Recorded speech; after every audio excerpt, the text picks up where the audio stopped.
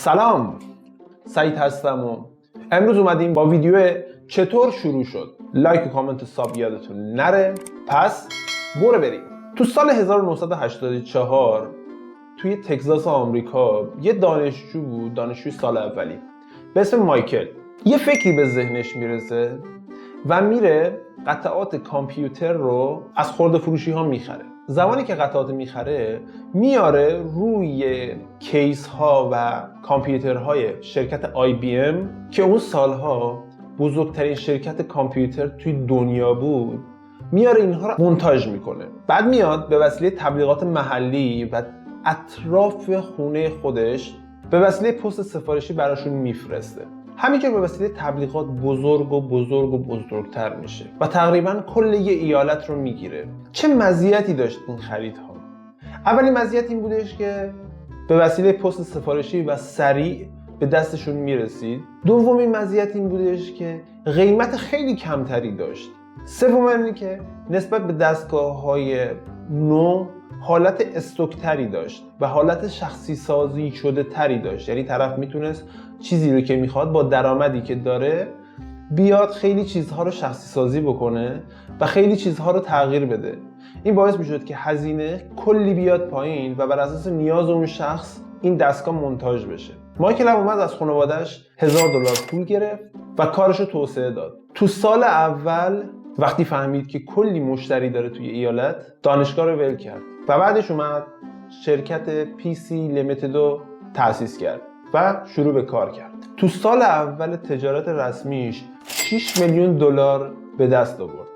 سال دوم شد $40 میلیون. برای سال سوم اول از همه رفت یه بانکدار بازنشسته رو استخدام کرد که ناظر رشد شرکتش باشه.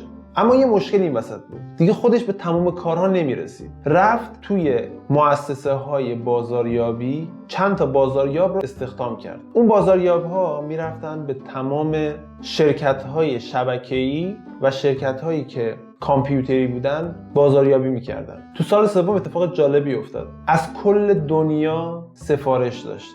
این شخص کسی نبود جز مایکل دل، یکی از بزرگترین برندهای کامپیوتر دنیاست. نفر دوم تو سال 1939 همه چیز از این گاراژ شروع شد. دو دوست به اسم دیوید پاکارد و ویلیام هیولت با هم شروع کردن به کار کردن و به واسطه رشته‌ای که خونده بودن دستگاه نوسانساز صوتی رو ساختن. دستگاهی که ساختن برای تبلیغش بردن تو تمام شرکت‌ها تا بتونن بفروشنش. فقط کمپانی دیزنی با شخص خود والت دیزنی 8 تا از این نوسانسازا ازشون خریدن، چون برای انیمیشن خودشون به اسم فانتازیا که تو سال 1940 ساخته شد نیازش داشتن و تونستن 8 تا از اینا رو بفروشن.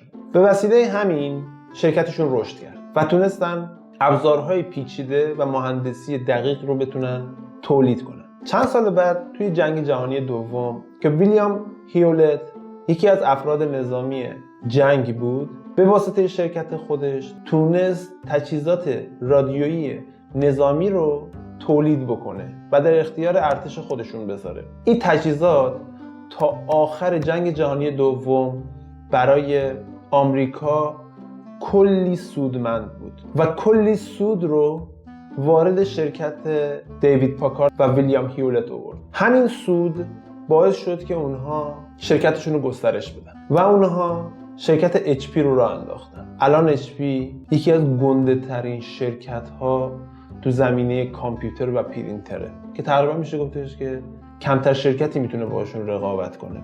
شماره 3 اسمش هم از اول میگم، با گفتن اسمش خودتون متوجه میشید که در مورد چه شرکتی صحبت میکنم. جف بزوس، ثروتمندترین کارآفرین دنیا، صاحب یکی از بزرگترین فروشگاه‌های آنلاین دنیا، آمازون. جف کارمند یه بانک بود، اما ایده‌ای که تو سرش بود این بود که چرا ما نباید وسیله هامون رو به صورت آنلاین بفروشیم. با خودش فکر کرد چه چیزی کمترین توجه بهش میشه؟ کتاب. پس اومد فروشگاه آنلاین خودش رو تأسیس کرد با محوریت فروش آنلاین کتاب.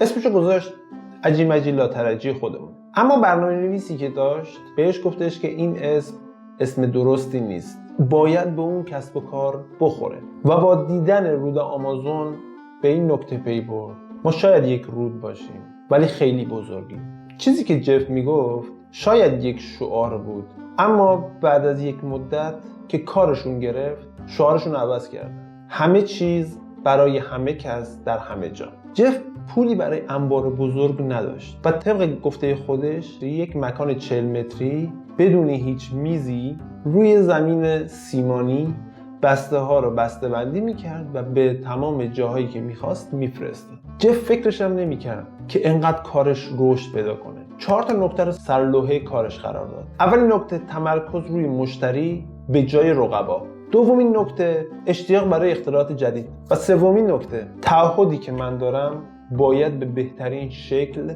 عمل بشه. و آخرین نکته که مهمترین نکته است، فکری که دارم میکنم برای بلند مدته، نه الان. بعد از یک مدت درخواست ها فقط برای کتاب نبود، برای CD، لوح فشرده و لوازم خانگی بود. و جف این توی ذهنش اومد که دیگه فقط کتاب نیست، باید کسب و کار ما بزرگتر بشه و همه چیز فروخت.